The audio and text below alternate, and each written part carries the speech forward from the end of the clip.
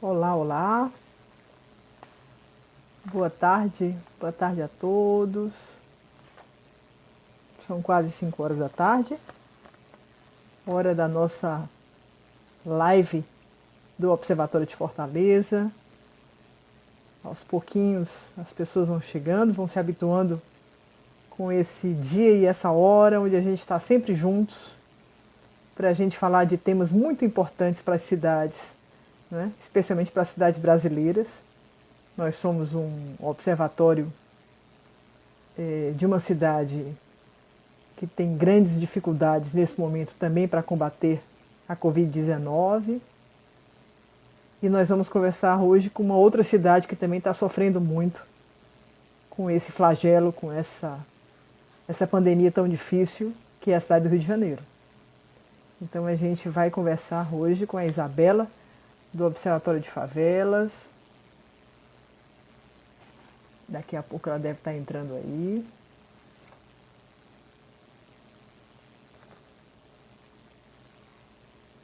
E a gente vai falar com ela. E a gente vai conversar coisas muito importantes aí, que envolvem o papel dos observatórios nesse momento de uma pandemia tão difícil, de populações sofridas, que estão vivendo grandes dificuldades nesse momento, porque estão na periferia de grandes cidades, não é? É o caso do Rio de Janeiro, também é o caso de Fortaleza. E que todas as exigências que se tem sobre confinamento são problemáticas, né? Quando se pensa num território de habitações precárias, onde as pessoas vivem aos montes em espaços exíguos, onde a renda não está garantida, o desemprego é enorme, onde as dificuldades de sobrevivência são diuturnas com ou sem a Covid. Então imaginar tudo isso num contexto ainda de uma doença terrível, ainda sem cura, sem vacina, e sabendo que o que temos para exatamente lutar contra ela é o fato de nós estarmos em casa, isso é um outro problema grave para quem está nesse momento com imensas necessidades, com imensas carências, não é? Isso é o nosso problema. Será que a Isabela já chegou?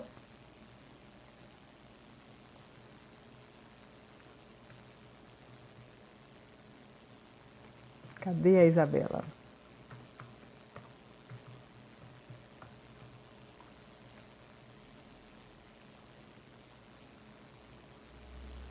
Procurando por ela, deve estar chegando.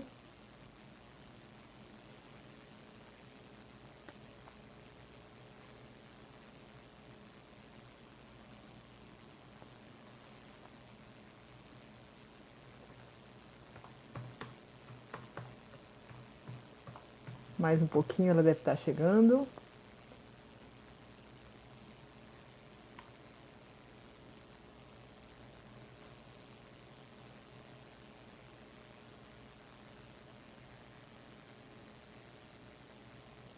Não temos ainda conosco a nossa convidada, mas ela certamente deve estar chegando.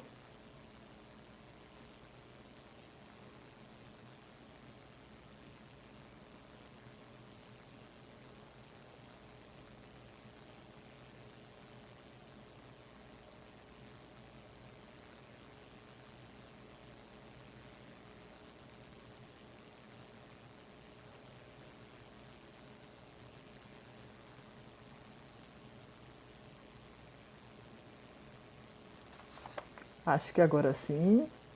Aham.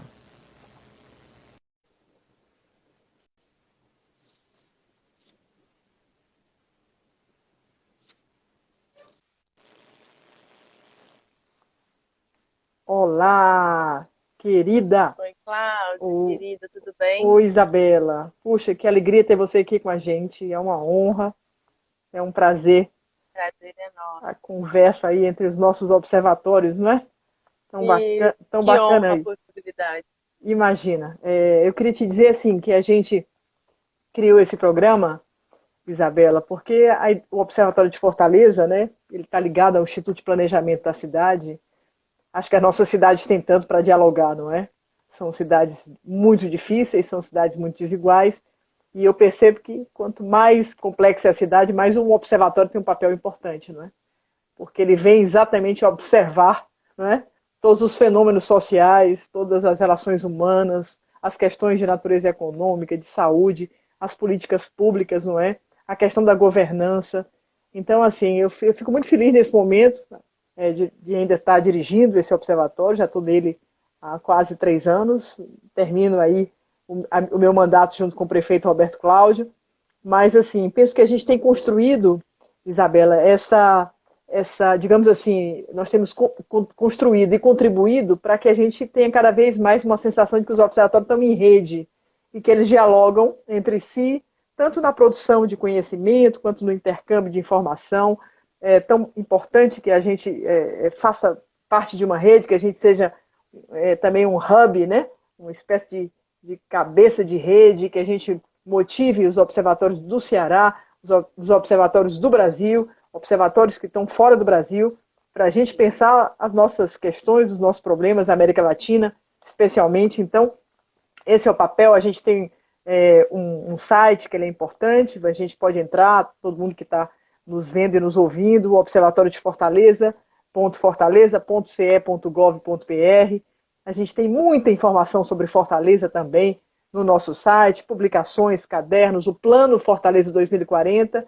Isabela, a gente tem aí uma ousadia em Fortaleza de planejar a cidade para 2040.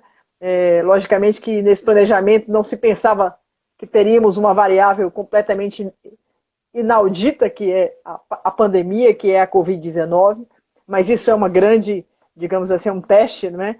Para o planejamento, para planejar a cidade. Eu acho que é outra questão interessante para a gente pensar. Mas o nosso site, então, ele tem lá um universo, por exemplo, de mapas sobre a cidade, sobre os bairros, que é tão importante a gente entender, né, essa configuração, né, territorial da cidade, informações georreferenciadas sobre população, distribuição de empregos, documentos vários, acervo digital, vídeos. É para dizer que a gente tem exatamente tentado cada vez mais municiar a população, pesquisadores, gestores, né, para que essas pessoas também possam tomar decisões, possam conhecer melhor a cidade em que essas pessoas vivem. Né? Eu queria começar, Isabela, falando um pouquinho de você e do Observatório de Favelas. Né? O Observatório de Favelas é uma organização da sociedade civil que é muito conhecida, não só no Rio de Janeiro, mas no Brasil. É uma iniciativa brilhante que eu tenho acompanhado há muito tempo, graças a essa relação pessoal que tenho com o Jailson Silva, um querido amigo, um líder, um parceiro também dessas discussões sobre cidades. Então, o Observatório é essa organização da sociedade civil. No meu caso, o nosso observatório está ligado à Prefeitura de Fortaleza, vocês não, e é isso que é um dado interessante, é isso que eu acho que muda tudo, muda a perspectiva, inclusive, do olhar também, e da própria ação. Né? O Observatório tem uma ação de consultoria, o Observatório age, não é? Na produção do conhecimento, propõe e cria sinergias para a formulação de políticas sobre favelas, sobre fenômenos urbanos, sobre a periferia do Rio de Janeiro. Tem essa agenda muito positiva em torno dos direitos da cidade, né, que é tão importante para que se pense exatamente nessa reinvenção dessa lógica de periferia e centro, para se pensar uma cidade com igualdade de oportunidades, uma cidade mais justa. E queria dizer para quem está com a gente um pouquinho sobre você. Né? Isabela Souza é doutoranda em Geografia pela Universidade Federal Fluminense, pela nossa UF, mestre em Planejamento Urbano e Regional pela UFRJ, tem MBA em Gestão de Projetos pelo IBMEC, é bacharel em Turismo pela Universidade Federal do Estado do Rio de Janeiro, nasceu e cresceu na Maré desde 2011 e integra o quadro da OCIP, Observatório de Favelas, do Rio de Janeiro. Atualmente dirige a organização, né, é uma pessoa extremamente interessada por esses debates acerca da cidade, tem também uma grande vivência, né, e uma grande compreensão dos papéis da cultura, da arte, da construção da cidade. Isabela, é muito currículo para uma pessoa tão jovem. Mas eu vejo, não é, com muita alegria e com muita esperança essas mulheres, meninas, essas lideranças que surgem exatamente, não é, para mudar o mundo. Eu acredito nisso.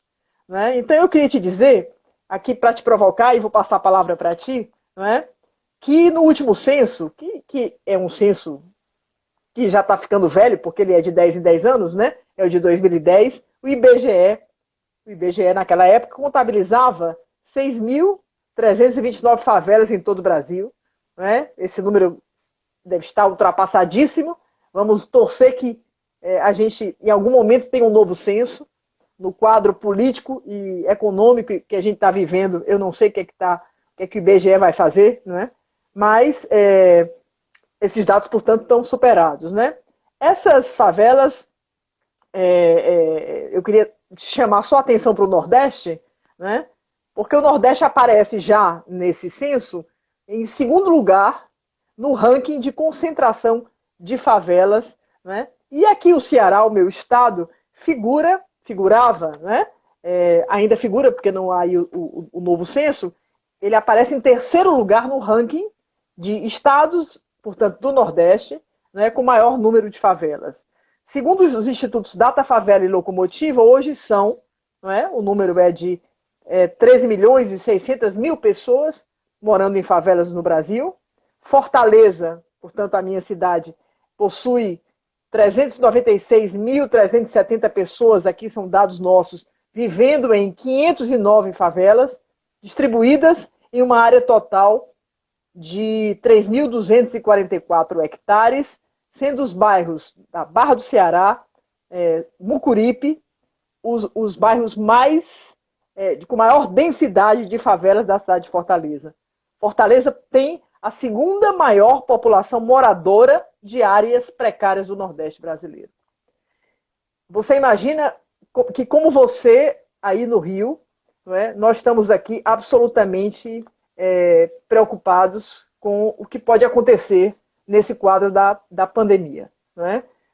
É uma população frágil, carente, que vive em pequenos territórios, mas profundamente adensados, com uma concentração de renda abissal. Fortaleza é uma das cidades que tem maior concentração de renda do mundo. Eu estou ali bem pertinho, a segunda cidade talvez de maior concentração depois da cidade do Cabo, de Cape Town, capital da África do Sul. Fortaleza é uma cidade de bilionários, que estão na revista Forbes, e é uma cidade de miseráveis, de pessoas que não têm acesso a trabalho, não têm acesso ao serviço do Estado, e nesse momento é por isso que a cidade também é um grande epicentro, inclusive proporcionalmente, né, a sua população, que é de 2.650.000 pessoas, né, um grande hub também do vírus. Né, como é também uma cidade que é um hub da droga. E todos esses aspectos, né, de ser uma esquina do mundo, criam questões ainda mais complicadas para a gente pensar a questão, né, da pandemia. Eu quero passar a palavra para você e te dizer que a gente tem muita vontade de entender, de compreender, de trocar com você quais têm sido as experiências do Observatório de Favelas nessa relação, nesse contexto difícil de enfrentamento desse vírus que não se sabe ainda, né, a cura, o que vai ser dele, e como vamos ficar nós todos, né, e quanto tempo tudo isso vai durar. Então, eu queria, Isabela, te agradecer e passar a palavra para você. Tá bem. Obrigada aí por essa introdução, pela possibilidade de conhecê-los um pouco mais de perto. Bom, acho que você já explicou um pouquinho sobre mim e também sobre o observatório. Vou pular essa parte mais introdutória, acho que eu vou para as partes que podem mobilizar o debate mais interessante para a gente nesse momento, que diz respeito efetivamente às estratégias de enfrentamento nesse campo da pandemia. A gente atua em 5 eixos, né? Historicamente, a gente atua em 5 eixos. Educação, políticas urbanas, como você bem citou, nós somos uma organização que foi fundada por geógrafos que tinham um interesse, sobretudo, por pensar as questões da cidade a partir da perspectiva das favelas e periferias. Então, as políticas urbanas é um grande eixo. Direito à vida e segurança pública, arte e território e comunicação. Quando a gente foi socialmente mobilizado pela pandemia e começou a pensar em estratégias de enfrentamento, a partir do dia 19 de março, a gente colocou no ar uma campanha de comunicação pautando as informações sobre o coronavírus e, sobretudo, sobre estratégias de enfrentamento a partir da perspectiva da favela e das pessoas que moram nesses territórios. E com o objetivo direto de falar com essas pessoas de uma forma propositiva. Como é que a gente fez isso? A gente compôs um GT, um grupo de trabalho misto, tá? Praticamente toda a equipe de comunicação dentro desse grupo, mas também pessoas de outros projetos, ou seja, pessoas também que não estão que não lidam no seu cotidiano necessariamente com a comunicação, e a gente acha que isso é muito importante, isso é uma parte muito importante do método. E esse grupo diariamente conversa com especialistas sobre uma questão que diz respeito ao coronavírus e ao enfrentamento. Então, por exemplo, lavagem das mãos. E aí a gente começa uma conversa com esse especialista, que em geral é um professor da universidade ou alguma pessoa especialista nessa área que a gente quer tratar. Então, acho que isso é uma coisa muito importante dizer também. É parte do método essa perspectiva de lidar com uma fonte muito segura de conhecimento, né, assim, para pensar a solução. E a partir desse diálogo, a gente, com esse especialista, busca construir alternativas para que as pessoas de favelas e periferias superem efetivamente o que a gente está vivendo. Por que a gente fez isso, Cláudia? Acho que tem uma coisa muito importante que precede essa ação, que é a nossa missão, né? Nós somos uma organização que tem um pouco esse histórico que você citou e que está muito empenhada em produzir ações, programas e projetos que possam mobilizar a redução das desigualdades e o fortalecimento da democracia, partindo da perspectiva das favelas e das periferias. E a gente acredita, eu acho que a gente está muito alinhada nesse sentido, que essa dimensão da pandemia, ela trouxe para a gente uma... É como se escrachasse todas as nossas desigualdades, assim, da forma mais perversa possível. Ficou agora muito claro quem tem condições de enfrentar esse vírus invisível e quem não tem. E essa pessoa que não tem, ela normalmente não tem porque a ela é negado direitos fundamentais, inclusive constitucionais. Aí aqui a gente está falando de água, saneamento básico, saúde pública, trabalho, educação, enfim, um conjunto de direitos fundamentais que são historicamente negados. Qual é o grande problema da comunicação hegemônica nesse processo, né? Pensando agora efetivamente no enfrentamento da pandemia. Essa comunicação hegemônica, seja da mídia hegemônica, seja dos órgãos oficiais, ela ignora essa desigualdade. Então, martela-se desde o começo de março, em todas as televisões, em todos os veículos oficiais, né, do nosso Ministério da Saúde, das secretarias de saúde dos estados e dos municípios, que a gente precisa, por exemplo, lavar a mão de tantas em tantas horas, ou que o álcool em gel é uma estratégia para evitar que a gente se contamine quando coloca a mão no rosto. E esse é só um exemplo, assim, claro, de que essas comunicações ignoram que uma parte, 13,6 milhões de pessoas no Brasil vivem em favelas e periferias. E pode ser que isso faça com que elas não tenham acesso ao saneamento básico e à água corrente, por exemplo. Na Maré, a gente é uma organização efetivamente que não... a nossa sede está na Maré, a gente tem um compromisso claro e histórico com esse território, mas a gente faz uma atuação nessa escala que você citou, que é supralocal. Mas a gente contribuiu, junto com a Rede de Desenvolvimento da Maré, no Censo da Maré 2019. E no Censo da Maré, mais de 500 casas não têm na Maré água corrente, por exemplo. São 140 mil habitantes na Maré toda, segundo os dados do censo. E a gente está falando aqui de casas de alta densidade demográfica, que também é uma coisa que você falou. Então, assim, não dá para as nossas organizações, para as nossas... não dá para a gente ser pautado a partir desse tipo de comunicação que ignora as nossas especificidades. Porque, no fim, isso é reiterar mais uma violência estruturante, né? Assim, e aí a gente já sabe quem são as pessoas que vivem nos lugares mais pobres onde não tem água. Essas pessoas, em geral, são pessoas negras, são pessoas mulheres, são pessoas LGBTs. Então, assim, junta aí uma complexidade de violências, né? Todas as violências estruturantes mesmo da nossa sociedade, o enfrentamento vai se transformando cada vez mais difícil. Então, assim, a gente optou por atuar diretamente na produção dessa campanha. Ela está no ar desde 19 de março. Ela é produzida através dessa metodologia. Uma das grandes... eu acho que um dos grandes pontos chaves dessa produção que tá sendo construída e que está reverberando e que está, assim, contribuindo pelo que a gente tem recebido de feedback com organizações do Brasil inteiro, nessa perspectiva de se comunicar com uma pessoa que mora em favelas e periferias, é o fato de quem está produzindo isso sermos nós, assim, sermos pessoas muito conectadas com o território, que tem um diálogo muito direto, ou porque mora, ainda mora, ou porque já morou, ou porque a mãe está lá, ou porque trabalha há muito tempo lá. Então, assim, tem uma conexão com aqui e o agora desse território que faz com que a gente entenda não só qual é a urgência do conteúdo, mas também a forma. E aí, sobre a forma, a gente está produzindo esse material para ser disseminado, sobretudo via WhatsApp. A gente quer que esse material chegue nas pessoas. Então, a gente distribui esse material via WhatsApp e depois todo o material ele é disponibilizado numa pasta no Drive, num Drive público. Eu vou falar aqui mais para o final da live as nossas redes, para as pessoas terem possibilidade de perguntar esses endereços que eu estou citando aqui.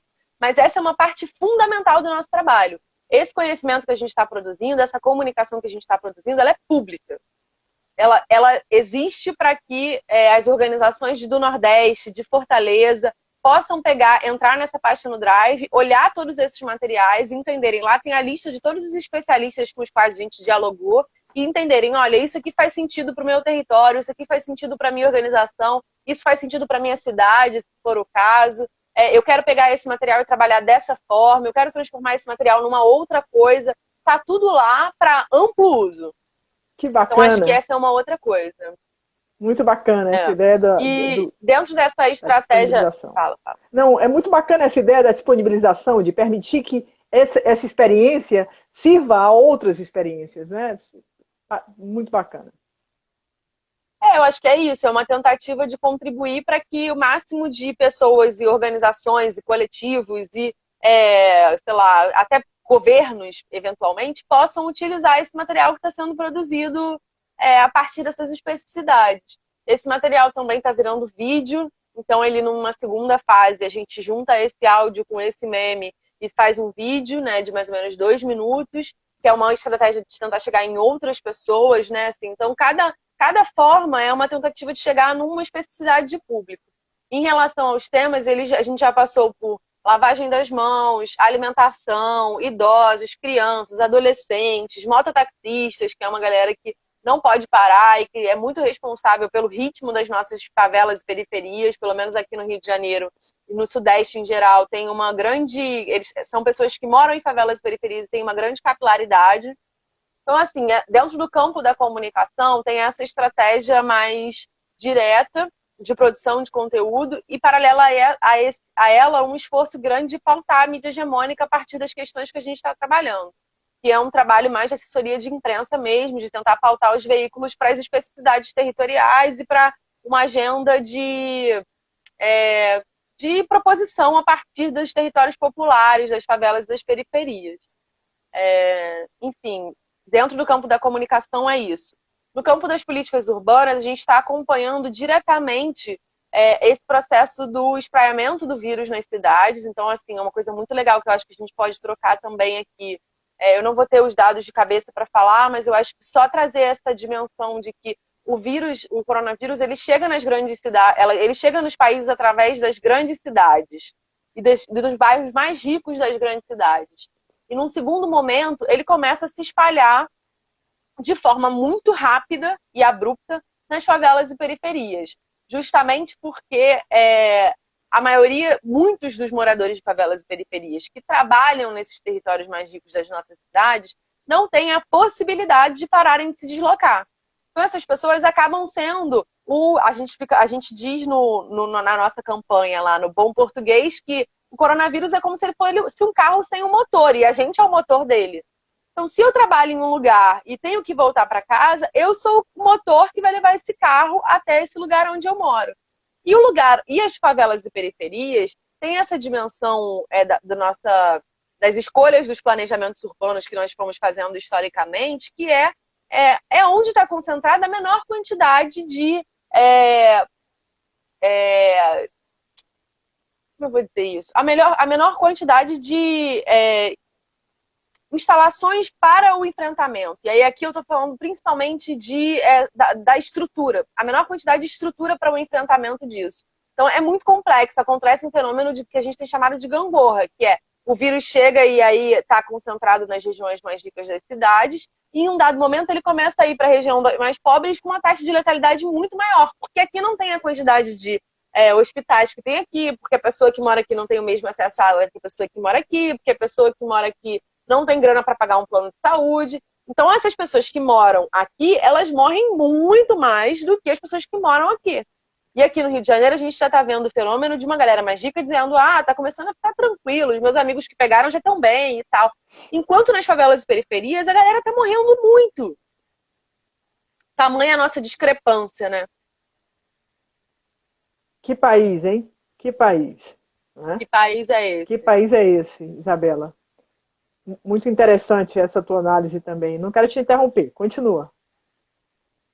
Não, então acho que esse é um campo de olhar mais dentro do campo das políticas urbanas. Uma coisa que eu acho que é muito interessante falar também, a gente trocar sobre isso e falar cada vez mais sobre isso, é que apesar de a gente estar falando de territórios historicamente estigmatizados e até reproduzidos dentro de estigmas violentos e num campo de estereótipos muito negativos e precarizantes, a gente também vê, aí seria uma coisa interessante da gente trocar, que, em geral, a maior reação pública ao coronavírus tem sido a partir da organização comunitária de favelas e periferias. Então, assim, as organizações que estão criando o maior número de iniciativas de enfrentamento, enquanto os nossos governos, aí eu posso falar de forma muito tranquila em relação ao Rio de Janeiro, enquanto os nossos governos sumiram das favelas e periferias, praticamente, você não vê a coisa sendo organizada pelo Estado,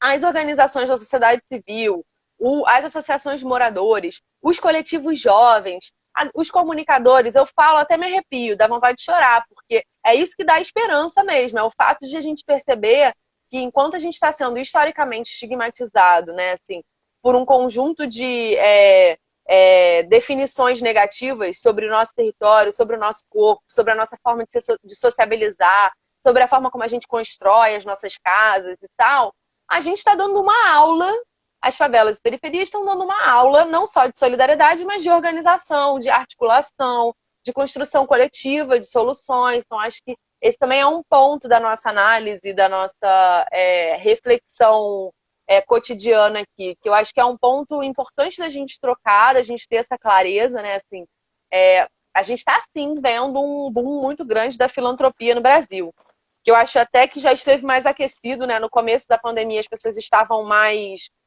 mobilizadas e sensibilizadas, mas a gente está vivendo, sim, provavelmente um grande boom aqui na nossa história de ações mais solidárias e de pessoas mais engajadas, pessoas físicas mais engajadas, de organizações entendendo que o recurso dela precisa chegar nas pessoas e que elas estão estar comprometidas com territórios e causas. E isso é muito interessante.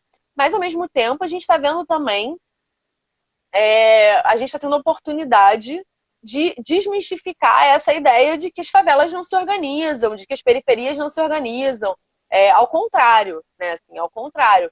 Grandes exemplos de organização para o enfrentamento da pandemia na perspectiva territorial, eles até agora no Brasil, eu não vi serem mobilizados pelo Estado. Eu vejo a galera de Recife construindo, eu vejo a galera de Fortaleza construindo, eu vejo a galera de Maranhão construindo, eu vejo as periferias de São Paulo organizadas e puxando seus próprios processos. Aqui no Rio de Janeiro a mesma coisa. Agora, o Estado não se coloca. Então, assim, também eu acho que é um grande momento para a gente aprender, né, sobre essa nossa capacidade de organização e sobre o protagonismo, sobre a favela e sobre as pessoas que atuam a partir da favela como pessoas de potência, de realização, de proposição, de capacidade de articulação de rede, enfim. Isabela, o observatório tem quanto tempo de existência? Me lembra aqui. Esse ano a gente faz 19 anos. 19, puxa, já está maior de idade, não é? Eu acho muito interessante essa tua observação, não é? Que me parece que realmente ela é muito simbólica. Inclusive, muitos sociólogos, historiadores estão dizendo que o século XXI realmente vai começar a partir disso, né? A pandemia é o grande evento, né? Que de uma certa forma ela representa a morte no sentido muito mais amplo do que das pessoas. É mesmo a morte das instituições, a morte do velho pensamento, a morte de um sistema, de uma era, né? Talvez a gente até possa dizer isso, né? Então, você está me dizendo aí que esse jovem observatório de 19 anos, né, ele vem acompanhando, né, e ali ele vai tentando ali também se relacionar com o Estado do Rio de Janeiro, mas você percebe então claramente, porque também é uma tendência que eu acho que os observatórios realmente estão percebendo, é que a presença e a ação e a eficácia e a efetividade, né, da ação pública vai ficando cada vez mais pálida, né? E que há um movimento, que é o que nos anima, que você estava dizendo aí, que você se arrepia, eu também estou arrepiada aqui, que é de pensar assim, então se o Estado não vem, a gente vai. Então você, na tua leitura, essa sociedade civil vai tomando as rédeas e não fica mais à espera. Tem esse lado que eu acho muito bacana. Agora eu li uma coisa, hoje também saiu uma matéria muito bacana do Faustini, né, no Globo, falando exatamente desse campo importantíssimo, né, em que as pessoas estão na luta, né, estão mesmo numa guerra, na tentativa de tomarem o seu próprio destino nas mãos, já que a desproteção do Estado é imensa, né? Então, tem esse aspecto. Do outro aspecto, me parece que também, quer dizer, talvez não haja ainda uma compreensão da dimensão do que está acontecendo, né? Eu me pergunto assim, e quero perguntar para você, como é que você vê, por exemplo, hoje havia filas, acho que na França, agora que já desconfinou, estão desconfinando, de gente para comprar na Zara, né? Aí a gente fica desanimado e diz assim, ai, ai, ai, então esse negócio, cadê a mudança, né? Então, de onde vem a mudança, né? Eu fico mesmo imaginando que essa sociedade do consumo, essa classe média, né, que está lá em Paris, que está aqui em Fortaleza, que está aí no Rio, talvez para ela tudo isso, como diz você, já passou, não é? Já saiu do meu bairro, já está diminuindo no meu lugar. Né? Eu acho que ainda há uma alienação enorme. Eu acho que a gente também não pode ser ingênuo de imaginar que as coisas vão ficar muito bem depois, porque as pessoas vão ter compreensão. Não é isso. Agora, a revelação, digamos assim, de uma forma monstruosa, né? Dessa Covid-19 diante da desigualdade brasileira é alguma coisa tão monstruosa, porque essa desigualdade acontecia igual, as pessoas estavam morrendo. Fortaleza é uma cidade, Isabela, que tem um genocídio de meninas e adolescentes, porque nós temos aqui, além de todas as facções nacionais, temos uma gangue própria do Ceará. E aqui os homicídios, nós fizemos quinta-feira uma live sobre segurança pública, no período da Covid, isso tudo aumentou muito. O número de homicídios aumentou muito. A morte se dá por esquartejamento. Andou recuando, mas está voltando. Como é que fica tudo isso aí?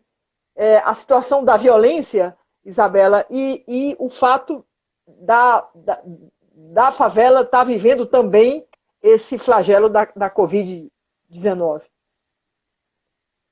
Eu acho que um ponto muito importante que a gente vai ter que lidar como sociedade é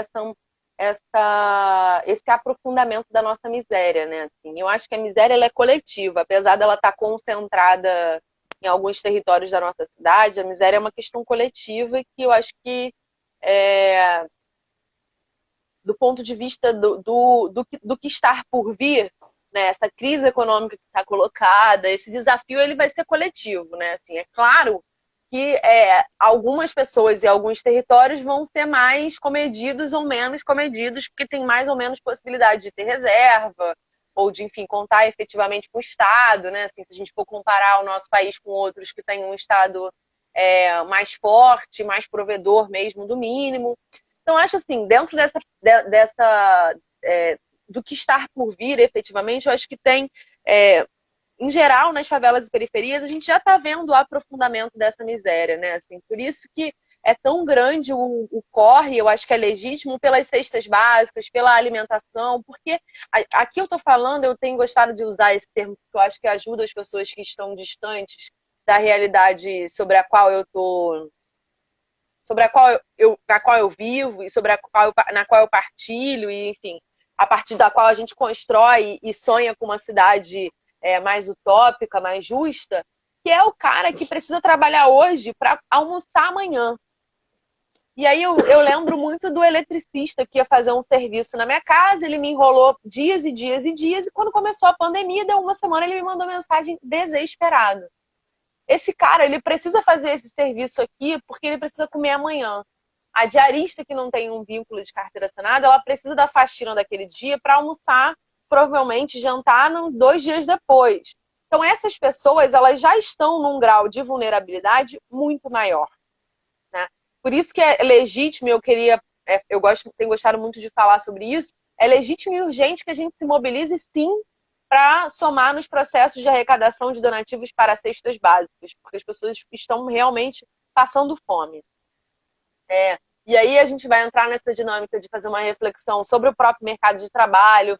Eu acho que foi interessante essa conexão que você já traz também de cara com esse sistema que a gente vem escolhido operar, né? Assim, esse capitalismo que escolhe de forma muito grosseira, né, quem tem direito e quem não tem direito às coisas básicas. Isso tá tudo, para mim, está tudo interligado, né? A esse sistema e a forma como a gente opera. Quem a gente é na fila do pão vai dizer se quando acabar essa pandemia a gente vai ter perdido 10 pessoas que a gente conhece ou se a gente vai ter perdido ninguém, porque todo mundo que a gente conhece teve acesso ao hospital e tudo mais. Então, acho que tem isso.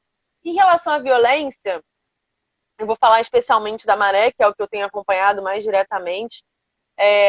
As operações policiais na Maré reduziram significativamente, assim, o que era o mínimo esperado em relação a esse estado genocida do Rio de Janeiro, onde helicópteros são legítimos para fazer operação policial em dias de escola.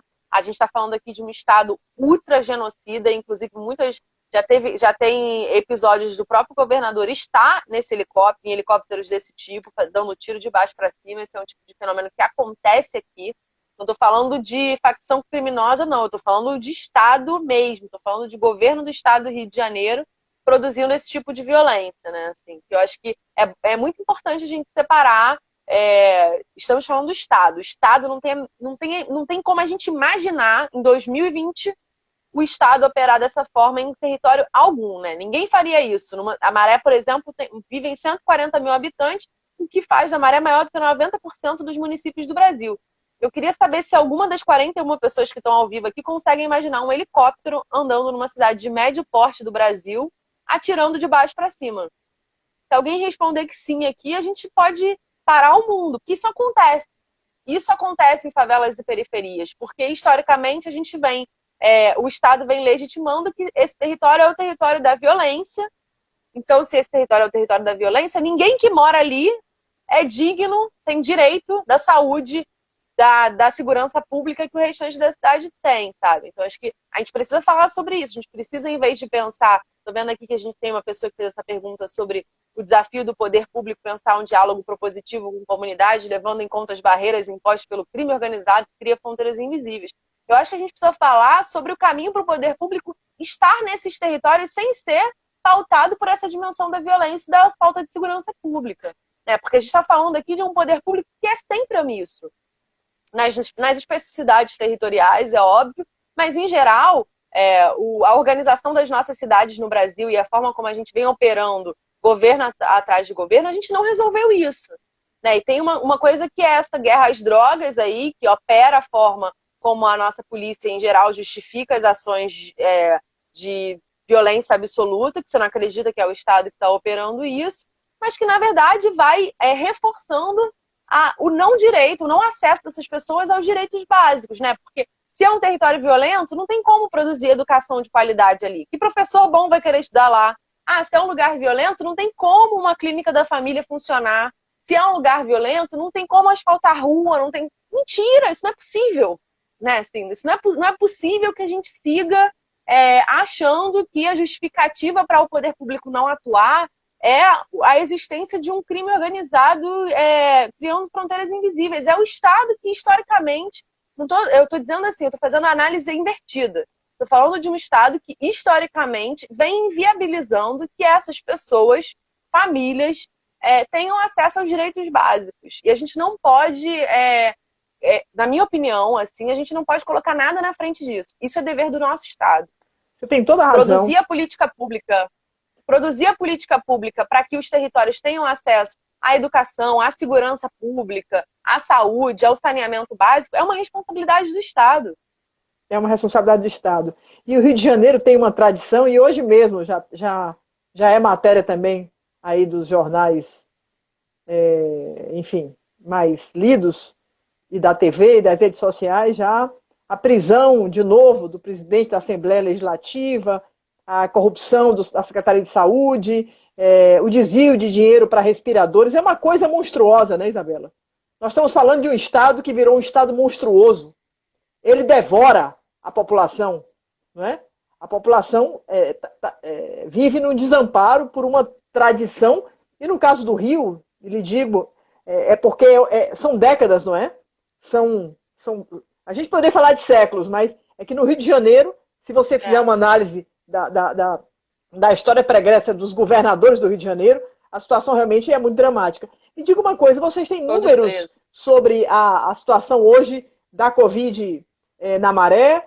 E qual seria o papel aí que, por exemplo, nessa comunicação que vocês estão fazendo com tanta competência das lideranças religiosas, ajudam ou atrapalham?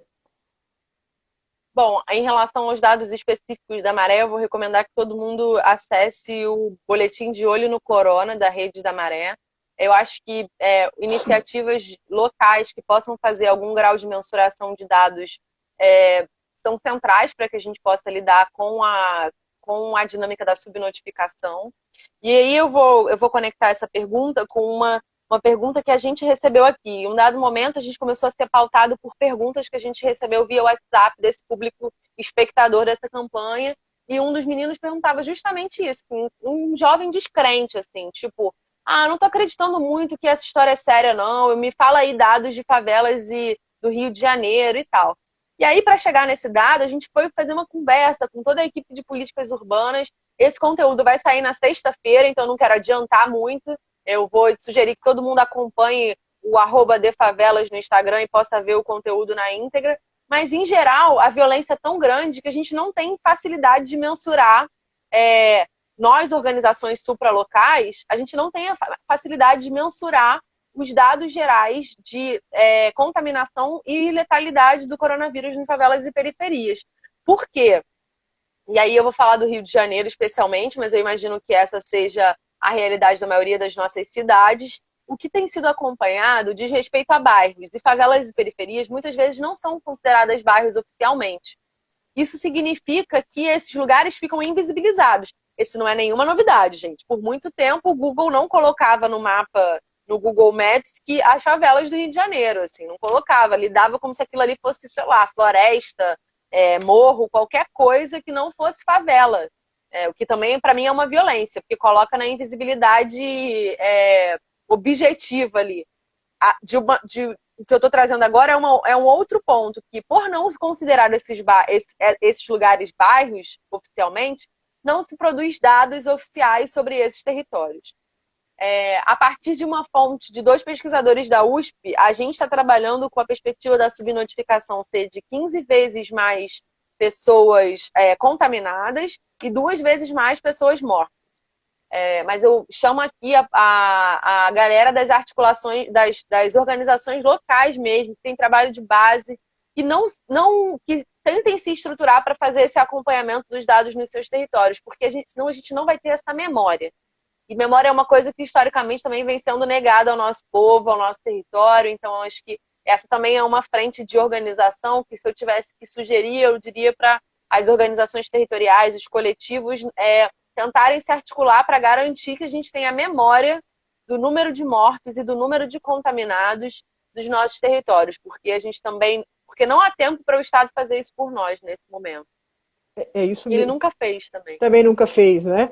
Tem uma pergunta aí da Samari Costa, que ela pergunta exatamente isso. Se vocês estão conseguindo, nesse momento, dialogar o Observatório das Favelas com o poder público, como é que é essa relação? Acho que é aí uma É, vontade que isso a gente exista. não. Então, tem uma vontade, a gente está tentando incidir nos espaços que são possíveis. O que tem. Os espaços mais fáceis são as universidades, a Fiocruz. Esses são espaços de produção de saber e que eu reconheço e valorizo o interesse e a disponibilidade de contribuir, de dialogar com o que a gente vem produzindo. Mas eu não vejo, assim, e aí eu tô falando assim, muito desse meu lugar de quem circula na maré, de quem anda na maré, de quem está lá todos os dias. Muito pelo contrário, o Estado não está, e as pessoas, quando recebem o que vem de doação, de donativo, elas inclusive falam, o governo não faz isso pela gente.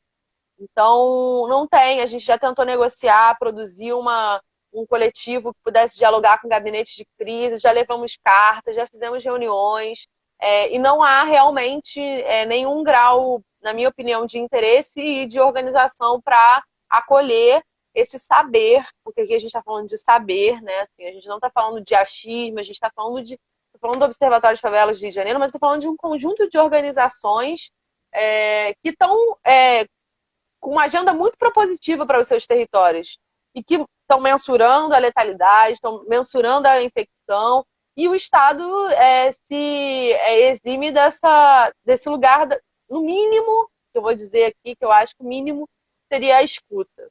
Isso não, aqui no Rio de Janeiro a gente não está conseguindo construir. Eu te fiz aquela pergunta sobre a questão das lideranças religiosas, eu não sei se elas apoiam, eu queria te perguntar. Verdade. E também aí, ligando com a tua fala, essa rede que você diz então que o Observatório está, não é? Então essa rede desses grupos, que são, portanto, organizações não governamentais, grupos, lideranças, isso está conectado e está dialogando muito. Sim. É uma parte muito importante do nosso trabalho. A gente trabalha justamente para criar insumo para essas organizações. Outro dia eu estava numa live com uma frente de Recife, eu esqueci o nome, mas eles são incríveis, fazem um trabalho lindo. E ela disse: olha, eu usei durante um tempo o material de vocês até a gente conseguir se organizar para começar a produzir o nosso. Então, assim, a gente está trabalhando justamente para isso. E está em contato com outros realizadores, com outras lideranças, com organizações do Brasil inteiro, é muito importante para a gente por isso. Assim, o nosso trabalho tem essa função pública, sabe, Cláudia? A gente quer que as pessoas e as organizações possam usar da forma que convir. Não tem nenhum preciosismo da nossa parte. Outro dia, uma galera da arquitetura pegou as nossas artes, colocou o fundo branco, marcou a gente, falou: espero que vocês não se incomodem. E a gente falou: não, a gente está fazendo para isso. Usa do jeito que você achar que vai contribuir com o seu território. Em relação às lideranças religiosas, a gente está vivendo um grande desafio no Rio de Janeiro, assim, né? Aqui tem a igreja tem sido bastante responsável, principalmente as igrejas evangélicas, pelos processos eleitorais mesmo. Assim, tem muita mobilização dessa crença e tal. Então, assim, dos relatos que a gente vem acompanhando aqui, muitas igrejas não pararam de funcionar e criam, sim, dinâmicas de aglomeração, de encontro, enfim, reverberando algumas narrativas hegemônicas mesmo que a gente tem ouvido e têm sido reproduzidas de forma muito contínua na cabeça das pessoas, de que não é para tanto e tal, e que o culto pode ser mantido, e isso é super problemático, né? Assim, então, tem sim lideranças religiosas de todas as religiões, inclusive evangélicas, que já aderiram à recomendação do distanciamento social, né, de as pessoas não fazerem aglomeração e tal, mas ao mesmo tempo tem também um processo de igrejas, principalmente evangélicas, no Rio de Janeiro metropolitano, que seguem com a mobilização natural dos seus rituais, né, assim, dos seus encontros. Isso é um problema. Eu acho que não sei em qual das favelas do Rio de Janeiro houve até uma decisão de se usar aquele equipamento religioso para receber um tipo de infraestrutura de saúde, não é? E que houve um movimento da comunidade contra isso, não é? Porque, na verdade, não se pode... e é uma coisa tão brasileira, essa confusão entre o público e o privado, né? Essa apropriação eterna, não é? Entre espaços que são... Clássico. né? É o clássico, né? Mas eu fico muito animada quando você me diz, então, que, quer dizer, todas essas experimentações, todo esse saber produzido, tudo isso que tem sido gerado, gestado por vocês há 19 anos, cada vez mais ganha visibilidade porque é comunicado e é apropriado por outros grupos que também estão vivendo, né, seus próprios combates em outras cidades. E vocês são mesmo uma liderança nacional, eu não tenho nenhuma dúvida disso. Eu queria te perguntar se vocês, nesse momento, têm recebido algum tipo de cooperação internacional, se vocês estão dialogando com outros países também. A gente tem parceiros internacionais em algumas áreas. A gente está no momento de reorganização, né, da casa, assim, a campanha de comunicação ela puxa um pouco esse processo. Mas nesse momento, um pouco todas as áreas estão voltando para os seus parceiros. A gente está voltando para os parceiros atuais e que estão realmente apoiando processos específicos e buscando conversar sobre novos projetos na perspectiva do enfrentamento do coronavírus. Então, assim, uma pauta que a gente está se debruçando muito por exemplo, a classe artística periférica. A gente tem o eixo de arte e território do Observatório a gente é gestor de 2 espaços culturais, né? Um é um galpão de artes visuais chamado Galpão Bela Maré, tá no Instagram também, que é um galpão nosso que a gente gere desde 2011 como uma produtora de arte contemporânea aqui no Rio de Janeiro. E a gente é co-gestor junto à Prefeitura do Rio de Janeiro de um espaço cultural numa região chamada Penha, que é um subúrbio do Rio de Janeiro. Então a gente está muito conectado com realizadores, artistas de origem periférica. E a gente valoriza muito o direito das pessoas faveladas de serem o que elas quiserem, inclusive artistas, porque isso foi uma coisa que historicamente sempre negaram, né, assim, também para os nossos territórios. Então a gente está, por exemplo, essa é uma área que a gente está se debruçando sobre a urgência de se pensar não só o imediato para esses artistas que perderam suas agendas, que perderam seus cachês, que as exposições foram desmobilizadas, como também criar debates públicos que paute essa lacuna nas nossas políticas culturais, assim. Então, hoje no Rio de Janeiro, muitos teatros estão fechados, muitos espaços culturais correm risco de serem fechados. Então, assim, isso aponta para uma fragilidade numa política cultural, né? Assim, no momento em que a arte e a cultura têm sido muitas vezes o que tem garantido a saúde mental das pessoas, a gente vai vendo, mais uma vez, uma política pública não estruturada para entender, por exemplo, a cultura e a arte como direitos fundamentais, completamente atrelado à qualidade de vida, saúde e tal. Então, a gente também está falando aqui de...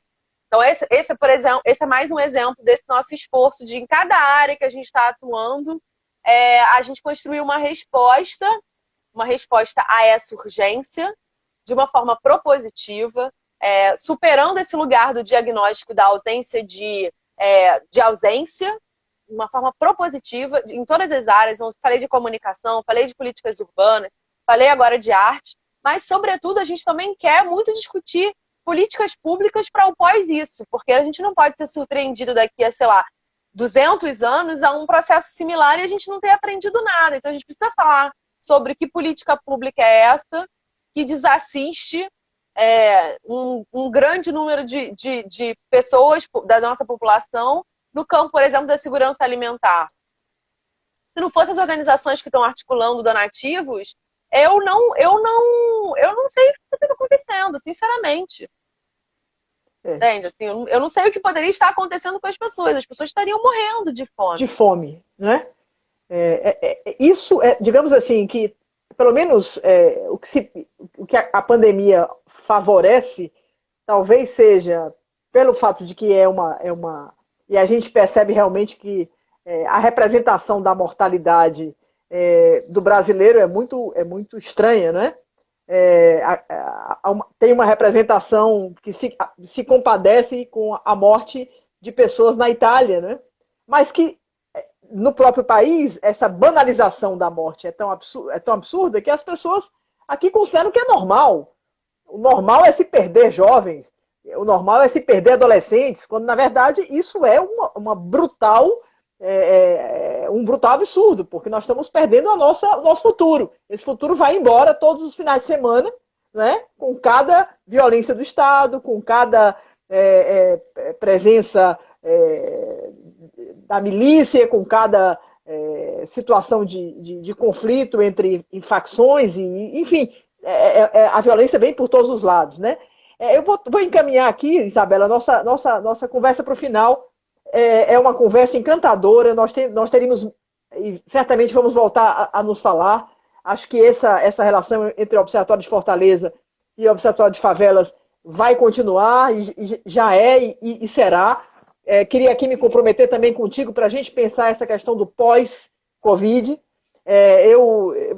Quando você fala aí da questão da arte, eu que trabalho e milito com a questão dos setores criativos, das economias criativas, que é a minha área de estudo e de militância, eu lembro aqui um artigozinho que escrevi há pouco para o jornal, onde aquela escritora maravilhosa, negra, a Toni Morrison, que já não está entre nós, mas que foi prêmio Nobel, e ela disse que um dia, aí quando viu o resultado da reeleição do Bush, do Bush pai, não é? Ela disse que ficou triste, um amigo ligou para ela e ela disse: eu estou muito mal, eu estou paralisada, eu não consigo mais fazer nada. E ele falou: pois então está na hora de fazer, viu? Saia da sua paralisia, porque essa é a hora dos artistas. A hora agora, quem tem que trabalhar agora são vocês, somos nós, né? Vamos para a luta. E ela disse que no momento, naquilo ali, ela mudou de humor, ela reagiu e ela resolveu ir para a luta, porque ela disse: não, agora é preciso. Então eu acho que no Brasil, nesse momento, né, artistas, criadores, criativos são o que nós temos de mais importante, até para a gente também mudar a ordem política que está aí, para a gente, digamos assim, pragmaticamente utilizar essa pandemia para a gente dar visibilidade ao que ninguém quer ver, não é? Como diz o nosso Boaventura de Souza Santos, né? Essa invisibilidade que só a sociologia das ausências, para a gente ver territórios, ver pessoas, ver dramas, ver vidas, ver talentos, né? Ver riqueza, porque tudo isso está exatamente nesses territórios, né? E eu me identifico profundamente nas nossas tarefas aqui de observatórios, de pensar Fortaleza e Rio e da gente contribuir cada vez mais com essa troca entre nós, Isabela. Estamos aqui super disponível, esse é o fim do nosso trabalho, a gente quer isso mesmo, mobilizar articulações que possam impactar políticas públicas. Acho sim que você tem completa razão, que essa é a hora da gente reagir quando a gente está perdido. Isso é o que me mobiliza todos os dias para sair da cama e seguir com o meu trabalho. Sem ignorar que a gente está falando aqui de uma sociedade, de uma estrutura de sociedade que mobilizou um Estado erguido sobre estruturas de violência, né? Então, assim, a gente está falando de uma sociedade, de um Estado que se estruturaram a partir de pilares racistas, machistas, a gente classistas, a gente esquece isso, a gente separa as coisas como se elas fossem inseparáveis. E isso se manifesta em tudo que a gente está vivendo nesse momento, assim. Basta ver quem são as pessoas que estão morrendo mais nesse momento. E a gente precisa estar muito atento que nossos artistas, em geral, e aí aqui eu estou falando pela galera que eu acompanho, eles querem, eu acho que muitos até gostariam de reagir, mas eles estão com fome.